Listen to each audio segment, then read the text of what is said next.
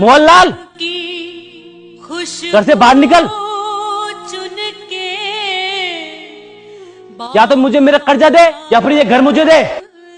मैंने तो आपसे पहले ही मना किया था, इस आदमी से पैसे उधार मत लो, ये अच्छा आदमी नहीं है। अगर समय पर पैसे नहीं चुका पाए तो रही से इज्जत भी चली जाएगी। दिन बुरे चल रहे हैं सावित्री, जो भी व्यापार शुरू किया सबने घाटा ही दिया। पिताजी के गुजरने के बाद सोचा चंगीराम से कुछ पैसे उधार लेकर एक व्यापार चालू करूं, उसमें भी घाटा चला गया। उसके बाद एक सगा छोटा भाई था, वो भी मुझे छोड़कर चला गया। अब ये वक्त से पहले पैसे मांग रहा है, तो बताओ इसको कहाँ से दूं अपने पैसे। बाहर निकल, तुझे पैसे देने ही पड़ेंगे। आज तो इसकी इतनी बेइज्जती करेंगे कि ये घर इसको अपने नाम कराना ही पड़ेगा। अरे सुन रही हो, कैसे भैया के लोग कपड़े फाड़ रहे हैं। बिना सोचे समझे लोगों से उधार लेंगे तो यही हाल होगा। आज मैं बड़ा खुश हूँ। पूरे 1 लाख रुपए लाया था, 10 महीने हो गए, देने का नाम नहीं है।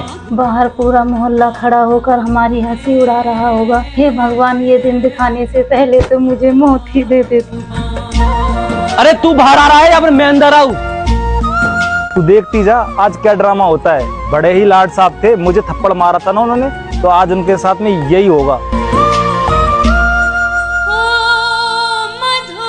ये लो जी, बाकी सब गहनों में से यही एक अमानत बची थी, इसे चंगीराम को देकर उससे कुछ दिन की मोहलत मांग लो। मौसम री तेरी ते हाय, मौसम री तेरी ते। क्या हुआ, तुम खुश नहीं हो? मूर्ख आदमी, बेइज्जती आपके पूरे खानदान की होगी। नहीं बल्कि हो रही है। वो 2 टके का आदमी आपके भाई की बेइज्जती कर रहा है और आप खड़े खड़े देख रहे हो। बड़ी अजीब बात है, आप उस पर हंस रहे हो। फिर से सजाए जब एक भाई की बेइज्जती होती है तो दूसरे भाई की भी इज्जत पर उतनी ही आंच आती है। जेठ जी ने उस दिन आप पर इसलिए हाथ उठाया था क्योंकि आप शराब पीकर मोहल्ले में हंगामा कर रहे थे। उस दिन वो आपका आपसी मामला था, इसलिए मैंने आपसे कुछ नहीं कहा। लेकिन आज इज्जत हमारे पूरे घर की जा रही है, मैं नहीं देख सकती। नहीं सावित्री, ये तुम्हारे सुहाग की निशानी है, मैं इसे नहीं ले सकता।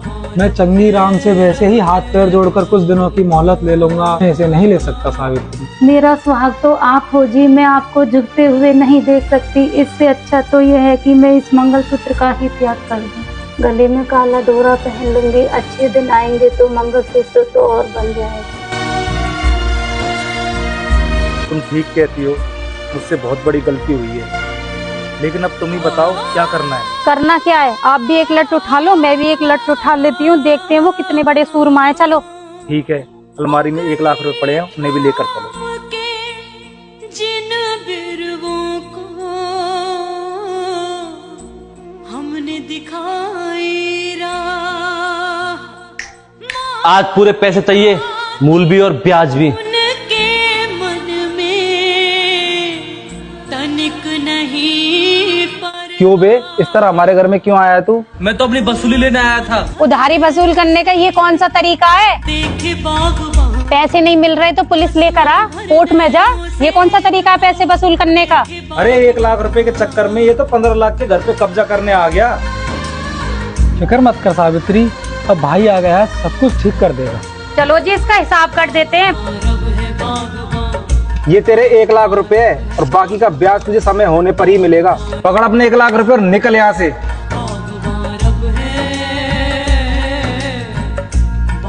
तेरा ये एहसान मैं जिंदगी भर नहीं भूलूंगा छोटे। मुझे माफ कर दो भैया, मुझे तो 3 साल पहले ही आ जाना चाहिए था जब आपका व्यापार डूब रहा था। मैं तो आज भी आपसे राजी नहीं था। अगर एहसान मानना है तो अपनी बहू का मानो, जिसने मुझे सोए हुए को जगाया। किसी ने ही मुझे बताया कि अकेले भाई की इज्जत नहीं, पूरे खानदान की इज्जत जा रही है। सोचे बागवान। बेटा, मैं तुम्हारे माता पिता को प्रणाम करता हूँ जो उन्होंने तुम्हें ऐसे संस्कार दिए। बागवान